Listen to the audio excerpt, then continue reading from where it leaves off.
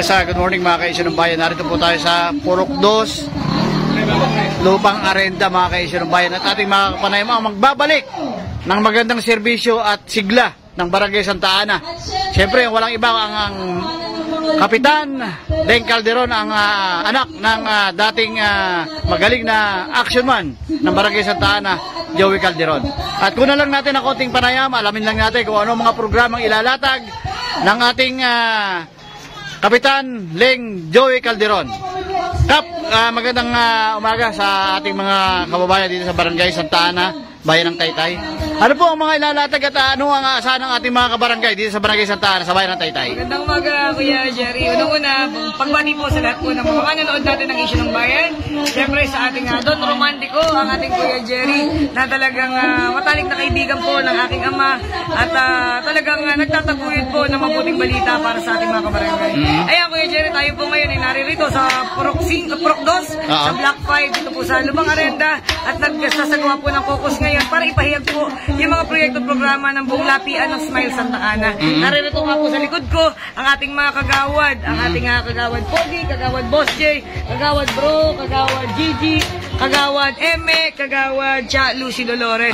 Ayan, sa mga proyekto naman po na ating mga isinusulong, syempre sikapin na po natin na maipakilala na rin at syempre maibahagi yung mga programa po ng bawat kagawad natin na magiging makakatuwang po natin kung sakaling tayo po ay pagbibigyan po ng ating Panginoon. So dito po sa ating kanan si kagawad Pogi ang ating katuwang pagdating po sa pagkakalinga na edukasyon. Bilang mga kagawad, nais po natin at syempre ng Barangay Santa Ana na naroon pa rin yung assistance po natin sa ating mga kabataan. Kaya siya po bilang isang profesor, talagang nasa sa kanya po yung talagang pagnanais na makatuwang po ang ating mga magulang para po mapaunlad po ang pagkalinga at syempre pag-assist sa mga pangangailangan po ng bawat paaralan. Sa ating kagawad Boss J naman po ang magtataguyod po ng peace and order ng ating Barangay Santa Ana.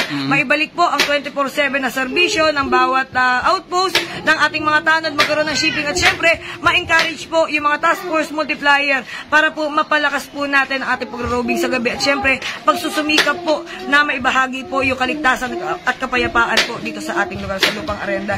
At sa ating kagawad Bro naman po, ito po ang ating makakatuwang po pagdating sa paglalaban po sa kasiguruhan ng paninirahan dito sa Lupang Arenda. Siya po ay isang negosyante, kaya may babahagi niya rin po yung kanyang kaalaman pagdating sa pagnenegosyo. Ganun din po ang ating kasamang kagawad po na isa po sa ipinagmamalaki ng Smile Barkadang Santa Ana dahil siya po ay isang doktora, ang ating future dentista na maghahatid po ng serbisyong medical at dental sa bawat sektor o sa bawat edad ng ating mga kabarangay dito sa Barangay Santa Ana.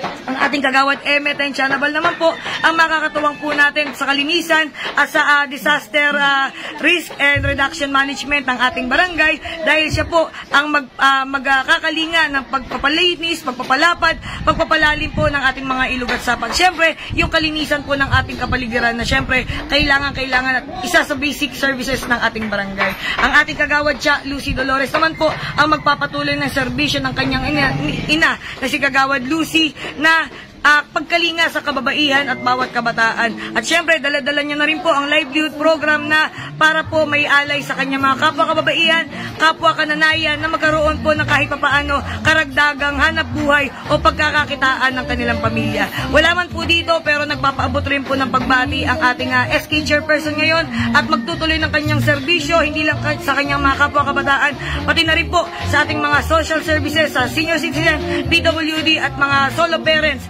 dahil sila po yung mga ninanais po natin mabahaginan po ng serbisyo. Alam nyo, marami pong proyekto para sa ating barangay at ninanais po natin ito ay maibalik lalong higit ang serbisyong makatao para sa barangay na makabago. Alam ko Kuya Jerry, alam na alam mo si Kap Joey, ang number 1 po talaga niya ng mga advokasya dito ay maibahagi po ang ating kaalaman at ang ating karanasan at ang ating profesyon bilang isang ininyero, siya isang ininyero, tayo naman ay isang arkitekto. Kaya yung aming engineering solution ay papartneran po natin architectural solution para po mapaunlad at mas mapaganda po natin ang ating Barangay Santa Ana. Alam naman natin na Kapleng ang daddy, ang Barangay Kapitan Joey Calderon ay isang action man.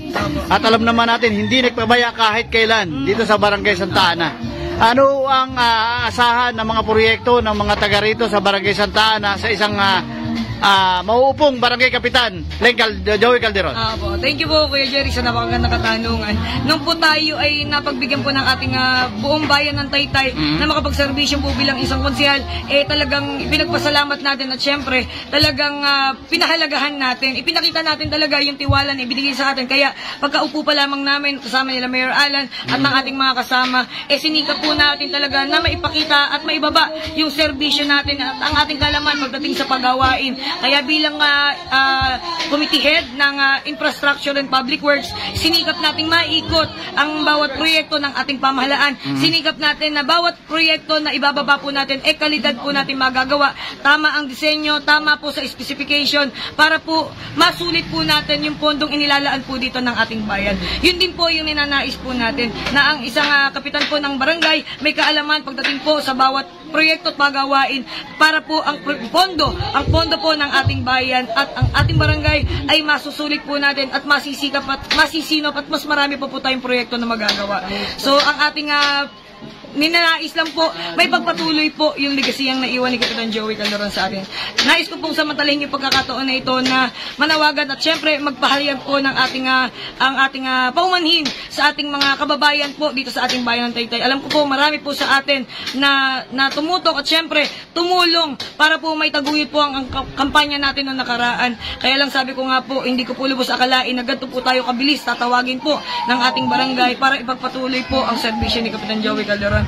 Kaya sabi ko mo, talagang pinag-aralan nating maigi dahil sabi ko kung ito po ay pang sarili po, hindi na po ako para tumakbo pa. Dahil sabi ko kung sarili ko lang po iisipin ko, doon na lamang po ako. Pero ito po ay isang sakripisyo mula po sa taas, tayo po ay bababa para po maihatid po ang serbisyo makatao at makabago para sa Barangay Santa Ana nating minamahal. Sabi nga po, hindi nyo magagawa mag-isa kung hindi kayo susuportahan ng inyong mga kabarangay. Amen. Kaya mga kaisyo ng bayan, ang ating konsyaling at saka ating lahat ng kagawad ay dapat ang kanilang kahilingan isang straight lang. Yes po, ang nilalapit po natin sa ating mga kabarangay sa Santa Ana, 16-0 po. Sisikapin po namin na makapagsumikap pa at may taguyod po itong buong lapian na ito. Dahil sabi ko nga po, hindi na po dapat humanap pa ng iba. Talagang kompleto sa regados na po at itataguyod na lang po natin ang pagbabalik po ng maayos, matapat at makataong serbisyo dito sa ating barangay Santa Ana. Mga ilang population po ang barangay Santa Ana kung sa inyong kaalaman? Sa population po, more or less 120. Pero ang voting population po natin more or less 34,000. Ganyan. Mga magkano na ang inaabot ng ating neto ng Barangay Santa Ana? Ng IRA? So 185. More or less, gano'n. Nasa 160-185 million ang ating pondo ng ating pamahalaang barangay. Ibig yung sabihin, sa laki ng IRA, napakarami po nating naririnig din sa Barangay Santa Ana. Bakit hindi daw nararamdaman ng mga taga-Barangay Santa Ana nang mawala ang isang Barangay Joey Calderon ang pagsiservisyo ng Barangay Santa Ana? Opo. Kung sakali po kayo mauupo, mararamdaman na huba muli ng mga taga-Barangay Santa Ana ang sigla, ang serbisyo para sa mga tao. Sabi ko nga Kuya Jerry, hindi natin kayang pantayan ang serbisyo ni Kapitan Joey Calderon. Lalong higit, hindi natin kayang higitan dahil isang alamat po ang aking ama. Pero sa ating kaalaman, dala-dala po ang ating profesyon bilang isang arkitekto, sisikapin po natin sundan ang yapak po ng isang makataong Joey Calderon. Kaya sa ating mga kasama at kabarangay, maraming salamat po sa napakaraming pagmamahal at magandang pagtanggap po dito sa ating kampanya ngayon. Sisikapin po natin na may pakita sa ating lahat na ang kanyang anak po ay hindi naiipa sa ama at ang pagmamahal po sa ating mga kabarangay ay itataguyod at ipagpapatuloy po ng buong pamilya ng ating Kapitan Joey Calderon. Kapling, hindi ko kayo masyadong aabalahan. Alam ko naman nagkakaroon kayo ngayon ng pangangampanya dito sa Barangay Santa Ana. Baka meron kayong mensahe sa ating mga kababayan ngayong darating na October 30. Sige po, thank you Kuya Jerry at sa ating sa lahat po ng nanonood na mga kabarangay natin sa Santa Ana. Amin pong hiling, amin pong pagpapasalamat sa inyong pagsuporta, sa inyong pagmamahal na ipinakikita at pinararamdam sa amin. At kami po ay buong kababaang loob na humihiling na sana po kami masamahan po ninyo. Magsama-sama po tayo ulit upang ipagpatuloy ang serbisyong makatao tungo sa Barangay Santa Ana ng may ngiti at makabago dahil lagi niyo po tatandaan, sa arkitekto ang serbisyo ay sigurado. Maraming salamat po. Pagpalain lahat nawa tayo ng ating poong may kapal. 16-0 sa Smile Santa Ana. Amen! Ayan, mga kaisano. Mga kaisano bayan, ang ating susunod na barangay kapitan, Leng Joey Calderon. Maraming salamat po. At syempre, lahat ng ating mga kagawad, si Kagawad Pogi, Kagawad po, Kagawad Boss Jay Calderon, Kagawad Ronald Bro de la Rosa po. Ronald Bro de la Rosa. Ako naman po, Kagawad Gigi na Pizza, Servisyong Medikal at Dental po tayo. Kagawad Emmy Tenjanabal po sa programang Issue ng Bayan.